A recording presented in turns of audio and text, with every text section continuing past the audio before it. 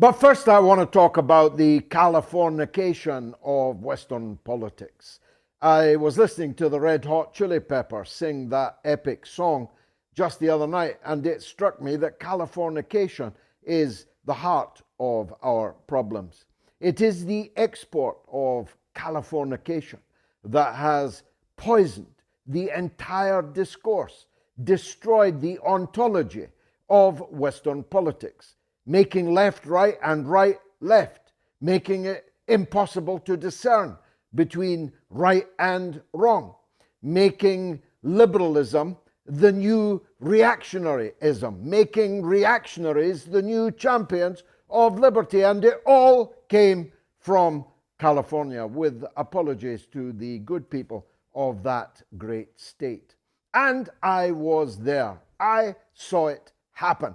I always joke that I saw the decline of the British Labour movement coming when we were forced to sit in circles in workshops at trade union weekend schools and summer schools, whereas once we'd sat in serried ranks and soaked up expertise from expert speakers. Now everybody was an expert whose opinion was as valid as the next person's, and therefore we had to sit in a row. I was joking, but only half joking.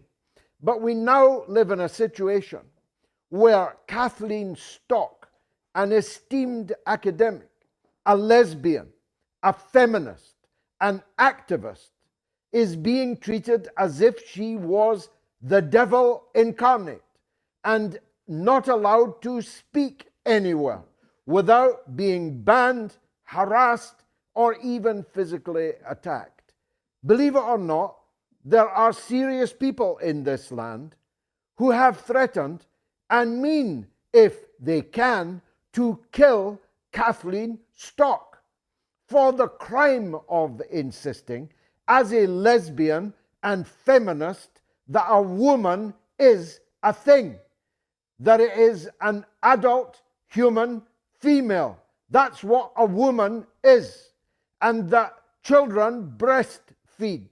Mothers are mothers, not birth givers. That men cannot give birth. That men do not menstruate.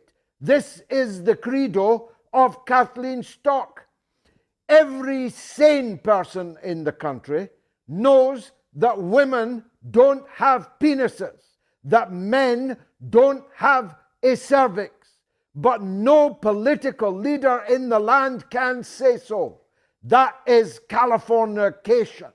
And the Californication of our political system is almost complete, because even in the hallowed halls of the Oxford Union this week, Kathleen Stock was unable to speak in a bastion of free speech, which existed as a bastion of free speech before the United States of America existed. In fact, was a bastion of free speech when the Aztec Empire was still intact. In the Oxford Union, this woman was unable to speak her truths, truths which the vast majority of people in this country and in every sane country in the world know to be the truth. But she was unable to speak her truth for fully half an hour.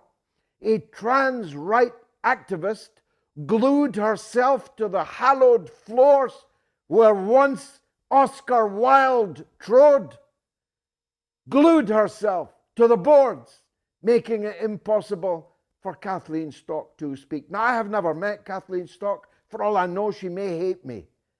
I have nothing in common with her except an appreciation that a woman is a real thing, a definable thing, a thing which has existed and will exist in all eternity, a thing that, if not for whom the rest of humanity would perish, indeed would never have existed. I have a mother, I have a wife, I have daughters, I have a sister. I know that a woman is a thing, and it is not something to be trifled with. where somebody with a swinging dick can define themselves as a woman and force, intellectually terrorize the rest of us into believing it. Now, I don't know Kathleen Stock, but I once knew Germaine Greer very well indeed. Germaine Greer, when I knew her very well indeed, was the high priestess of feminism. She was women's liberation incarnate. Now she can't get a gig. No television station would put her on. No university would allow her to speak. No publisher would publish her words. She can't get on television. She can't be renting, hiring, or even buying a platform anywhere. Germaine Greer has been made into a reactionary, an incarnation of badness, of evil. And I've had enough. The Kathleen Stock pictures were enough for me.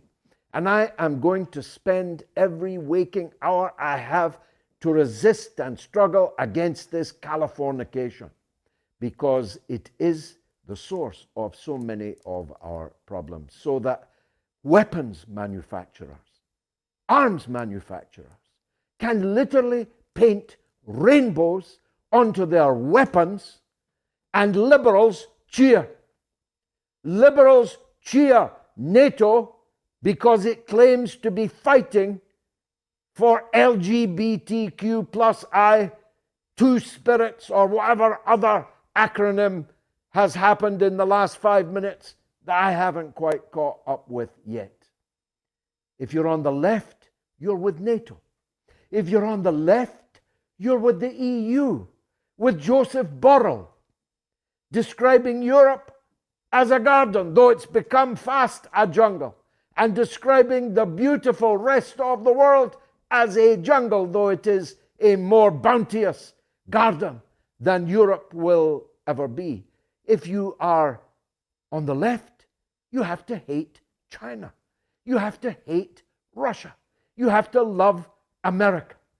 And above all, you've got to, as Will Hutton, in surely the parody of all parodies in today's Guardian and Observer, claims that Joe Biden's nifty footwork has tied his opponents in knots, that Joe Biden is a political wizard. I'm not making this up. It's in the Observer today, that Joe Biden is the acme of liberal Western political leadership. And in fact, that much, at least, is true.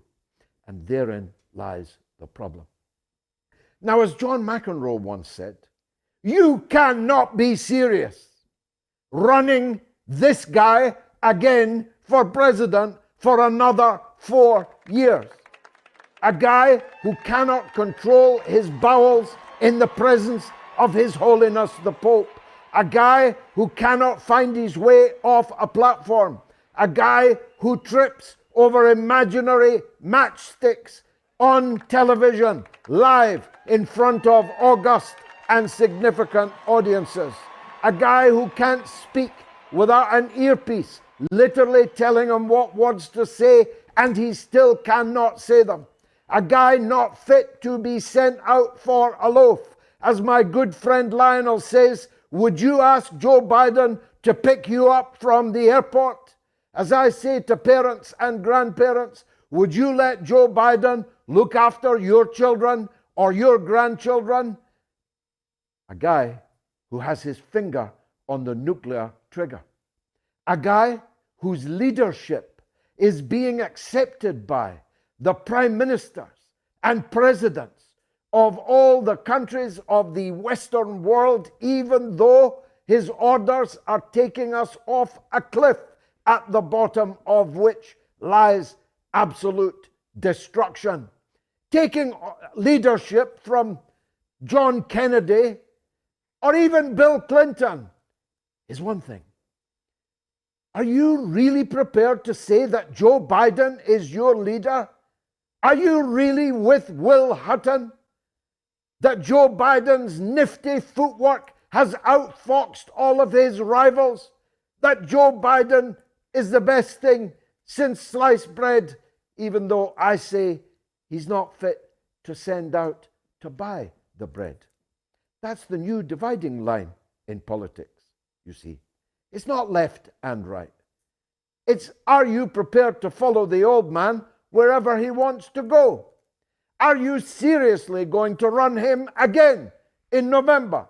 And there are more than 80 million people going to vote for him again in November of next year. That is, of course, assuming that more than 80 million people did actually vote for him in the first place. I see that YouTube is now allowing people to question whether or not there was electoral fraud in the 2020 presidential election. Thanks, Mr. YouTube. Let me say that I don't believe for one single moment that this clown, this senile dotard, won the last presidential election. I believe that it was rigged. I believe the election was interfered with by the deep state of the United States, by the CIA, by the FBI, working in conjunction with the Clinton, Obama, Biden gang. That's what I believe. And now on YouTube, at least, I'm allowed, finally, to say it. Triumph, you may say, of free speech. Speaking of free speech, where is Gonzalo Lira? And why is the United States government not demanding his release from their client regime's dungeon in Ukraine? This man has committed no crime. He's not a Ukrainian. He cannot, therefore, be guilty of treason to Ukraine. He is an American citizen. American citizens have First Amendment rights. He exercised them, amongst other places, here on this show. You may not like what he had to say. You may well not like other things he had to say. And I'm one of those who didn't and doesn't. But Gonzalo Lira, as an American citizen, has a right to his opinion and to freely express it. And that's all he did. And yet, he was taken on video at gunpoint with several automatic weapons pointed directly at his head and taken off by the Ukrainian security forces. To where? Where is he? Where is he being held? Habeas corpus, I cry. Show us this person so that we can be satisfied that no grave harm has as yet befallen him. That's what we cry here on one of his platforms. He's the most successful guest on the mother of all talk shows that we have ever had, regularly clocking in numbers on his clicks of hundreds and hundreds of thousands of viewers. We have a duty to demand where he is, but not as grave a duty as the United States itself. Unless, of course, they didn't mean it when they said that journalism wasn't a crime. Unless, of course, that was all a lie, Mr. Blinken. Unless, of course, it's only the journalism of which you approve that is not a crime. And when you disapprove, you're happy to see a banana republic entirely beholden to you, financed by you, earned by you, propagandized by you.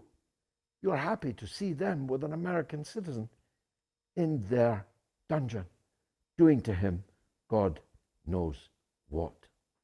Now, I told you a year ago, when Imran Khan was overthrown by the United States government in Washington in a regime change operation, that no good would come of it, neither for Pakistan nor for the region or the world.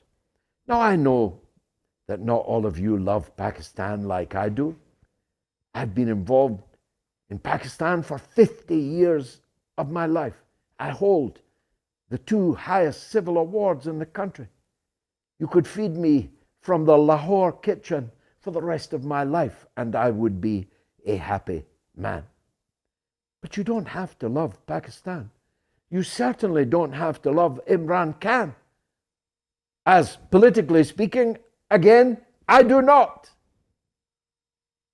But you have to pay heed when The Economist itself, a house journal of imperialism, a house journal of capitalism, tells you this week that the military have to butt out of politics in Pakistan and get back to their barracks because the regime change that they have effected, the martial law that they have implemented without having the courage openly to declare it, has led to an instability in a nuclear-armed country of hundreds of millions of people in the most explosive geostrategic space in the entire world, which risks breaking completely out of control. What do I mean by out of control? I mean millions of people running free. I mean millions of people coming under fire from their security forces until their security forces run out of bullets and their rifles are rammed up their fundament by an angry crowd of millions. I mean a country with a flight of nuclear weapons in their country, under guard, by whom? At risk and vulnerable, by whom and from whom?